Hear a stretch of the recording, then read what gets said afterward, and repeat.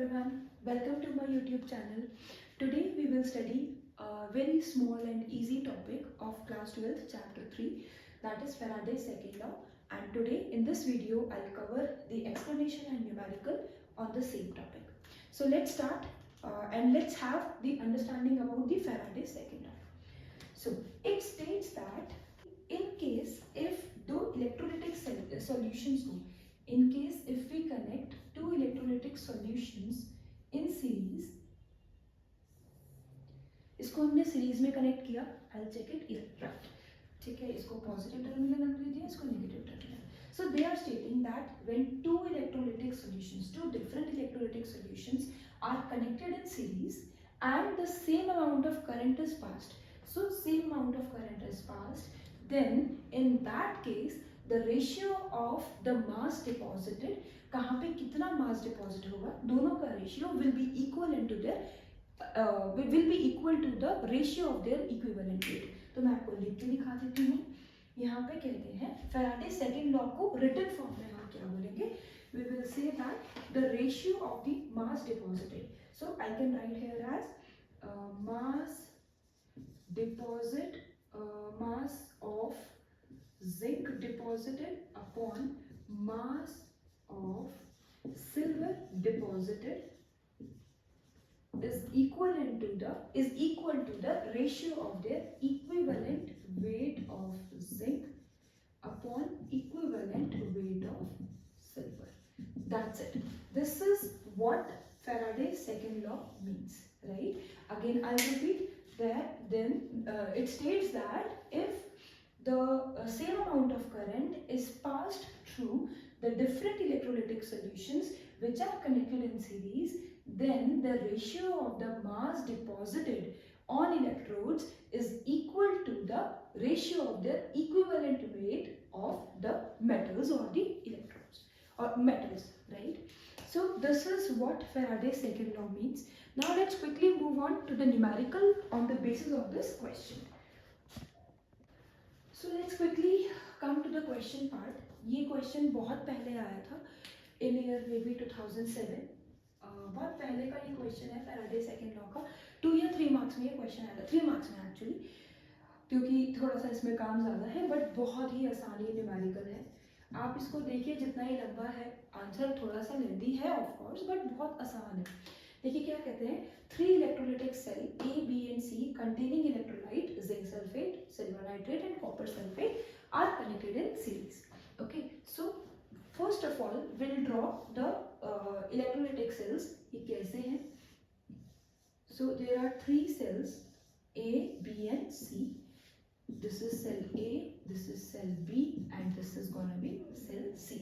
Now in the first they are saying that it is a zinc sulfate solution. इसमें क्या है हमारा? zinc sulfate है, ठीक है. सेकेंड वन में हमारा क्या कह रहे हैं? It is copper sulfate respectively, right? So first में ये B में silver nitrate, my bad, B में हो जाएगा silver nitrate और C में आपका आ जाएगा, C वाले में है आपका copper sulfate solution, right? So there are 3 electrolytic cells and they are connected in series. So series का मतलब इस तरह से हम इसको कनेक्ट कर देते हैं. पहले वाले के फर्स्ट वाले का एनोड का टर्मिनल लास्ट वाले के कैथोड के टर्मिनल से, एंड बचे हुए तीनों को जो अंदर वाले सॉल्यूशंस हैं उनको इस तरह से हम कनेक्ट कर देते हैं, right? Now they are saying that ये सीरीज में हमने कनेक्ट कर दिया, एटलीस्ट हमने डायग्राम ड्रॉ कर दिया, राइट? सो इतना क्वेश्चन तो मेरे को समझ में आ गया. Now a current of 1.5 ampere is passed through them. So current here is I is equals to 1.5 ampere through them until 1.45 ग्राम. मुझे थोड़ा सा इसको इरेज करना पड़ेगा क्योंकि मेरे बोर्ड पे जगह नहीं है इतना, so इतना मैं इसको मिटा देती हूँ. करंट 1.5 एम्पियर मैंने लिख लिया. Current given I given is 1.5, right? Now they are saying until 1.45 gram of silver is deposited at cathode.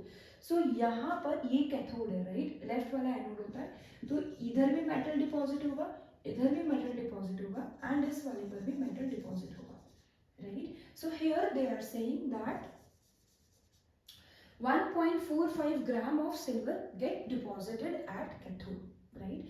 सो इसमें कितना आया आपका 1.45. Weight of Ag is equals to 1.45 gram. Okay, how long did the current flow? What weight of copper and zinc deposited? So first we'll come to the second part. What weight of copper and zinc deposited? Basically इस question में Faraday's first law, Faraday's second law दोनों को club करके पूछ लिया गया. So let's start with the second part. So according to Faraday's second law क्या कहता है? That the mass deposited on the electrodes, right? यहाँ पे हम वेट ले लेते हैं क्योंकि ग्राम्स में गिवन है, वैसे तो मास भी उसमें ही होता है. So let's consider it as weight या एटॉमिक मास भी आप ले लीजिए. वेट डिपॉजिटेड एट, पहले वाले में जिंक है तो इसमें क्या डिपॉजिट होगा? जिंक डिपॉजिट होगा. So weight of zinc deposited upon weight of, यहाँ पे क्या है? सिल्वर है तो सिल्वर मेटल डिपॉजिट होगा. Okay, silver deposited is equals to the ratio of their equivalent weight of zinc upon equivalent weight of silver, right? This is the first scenario. अगर मैं A and B को compare करूँगी तो before writing this आप लिख लीजिएगा case 1. इसको हम बोल सकते हैं this is case 1. case 1 में हम consider कर रहे हैं A and B को, right? Then after this there will be a second case wherein we'll compare B and C. Compare आप किसी को भी कर सकते हैं, A को C से कर सकते हैं, B को C से कर सकते हैं, किसी से भी कर सकते हैं. But since here value of cell B is given, इसका grams हमको weight given है तो we'll compare B with both. We'll try to compare B with both the other cells.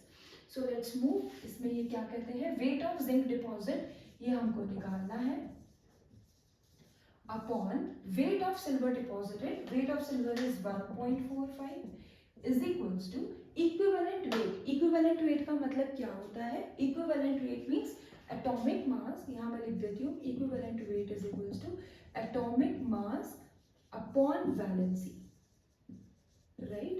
तो किसी केस में वैलेंसीज होती है, किसी केस में n फैक्टर होता है. So zinc किस वैलेंसी में एग्जिस्ट करता है? Zinc exists in zinc 2 positive. Silver exists in silver positive, copper exists in copper 2 positive, right? तो इनकी मतलब जनरली वैलेंसीज जो बहुत नॉर्मली दिखती है वो यही दिखती है, right? Okay, so weight of zinc deposit upon 1.45 is equals to atomic weight of zinc. Atomic equivalent weight मतलब atomic mass 65.3 upon zinc का valency 2, right? Upon equivalent weight of silver 108 upon 1. Okay, silver 1 की valency में exist करता है.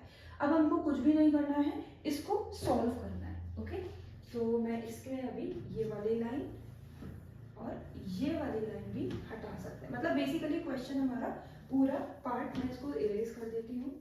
ठीक है, this will be equals to weight of zinc deposit upon 1.45 is equals to 65.3 upon 2. ये ऐसे जाके और ये रिवर्स हो जाएगा. That means into 1 by 108. So इसको अगर आप सॉल्व करेंगे, so weight of zinc deposited will be equal to 65.3 into 1 by 2 into 108 into 1.45. Calculations के लिए मुझे थोड़ा एक्सक्यूज कीजिए, मैं इतना कैलकुलेट नहीं कर पाऊंगी. और सीबीएसई वाले स्टूडेंट्स प्लीज आप लोग कैलकुलेट कीजिएगा. इसका आंसर आता है 0.438. Zinc deposit is 0.438 grams. ठीक है, this is the weight that will be deposited on the cell number A का कैथोड वाली रोड पे. Now same will do for case number 2.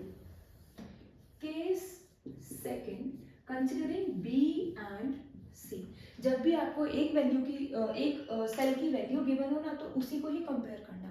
हम चाहें तो ए और सी को भी कंपेयर कर सकते हैं. ए का वैल्यू मैंने निकाल लिया है 0.438, बट क्योंकि ये मैनुअल कैलकुलेशन है so there might be chances to get it wrong. But question में बी का वैल्यू गिवन है तो वो तो सही ही होगा, तो हम इसी का ही इसके साथ भी कंपेयर करेंगे.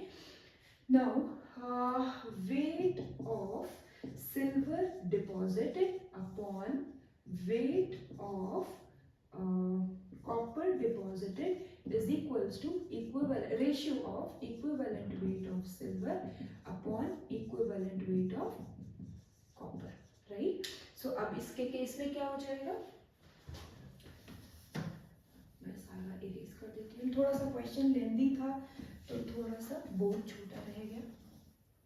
So here it will be weight of silver deposited 1.45 grams given है क्वेश्चन में, अपॉन weight of copper हमको निकालना है, right, is equals to equivalent weight means atomic mass upon valency 1 whole upon equivalent of weight of copper 63.5 upon इसका valency 2. ये question में ही given था, आप देख लीजिएगा. So ये आ जाएगा, क्या हो जाएगा, weight of copper will be equals to ये वाली term as it is 108 upon 1, ये जाएगा ऑपोजिट हो जाएगा. ओके एक्चुअली ओके सो इसको करते हैं, ठीक है, इसको ऐसे रहने देते हैं, ये इधर गया तो ये नीचे आ जाएगा. So this will B 1.45 upon 6 into 63.5 by 2, right, और ये हो जाएगा इंटू 108 बाई 1, राइट. थोड़ा सा आप कैलकुलेशन देख लीजिएगा कैसे करा है, मैं आपको बता देती हूँ इसको सिंप्लीफाई करके, अगर नहीं समझ में आया. देखो 1 upon weight of copper will be equal to 108 upon 1, ये एज इट इज ऑपोजिट कर दिया 63.5 सॉरी 2 बाई 63.5, ठीक है, ये ऐसे और ये ऑपोजिट हो गया. नाउ ये 1.45 आ गया नीचे, राइट, इसको मैं इधर ले आई. Now weight of copper opposite कर दीजिए, अपॉन 1 कर दीजिए, तो ये भी 1.45 इंटू 63.5 अपॉन 108/2. सो आप कैलकुलेट करके वेट ऑफ कॉपर भी निकाल सकते हैं in grams. So that's all about the second part. Now let's quickly move on to the first part of the question, जिसमें वो कह रहे थे कि आपको उसमें बताना है how much time will it require, right? Question क्या कह रहा था, how long did the current flow. So basically इसमें हम Faraday's first law यूज करेंगे.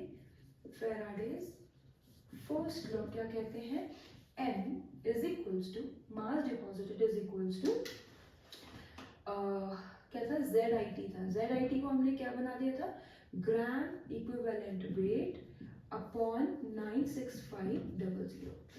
तो मास डिपॉजिटेड में सिल्वर वाला ही वैल्यू लूंगी क्योंकि वो क्वेश्चन में गिवन है, बिल्कुल करेक्ट है 100% कॉन्फिडेंस के साथ. सो मास ऑफ सिल्वर में कंसिडर करेंगे, consider silver, right. So mass कितना था 1.45 is equals to gram equivalent weight 108 upon 1 into I. Current कितना पास कराया था अभी यहाँ पे क्वेश्चन में मेंशन था, a current of 1.5 ampere, long hours मांग ही रहे हैं, upon 96500. So time will be equals to 1.45 into 96500 upon 108 into 1.5. This will be in seconds. Now question is asking how much hours. So I'll multiply it by 60 and again by 60. So the answer will come into hours. So that's all about the Faraday's second law, and हमने एक Faraday first law का भी थोड़ा सा practice कर लिया. Thank you students. Bye. Take care.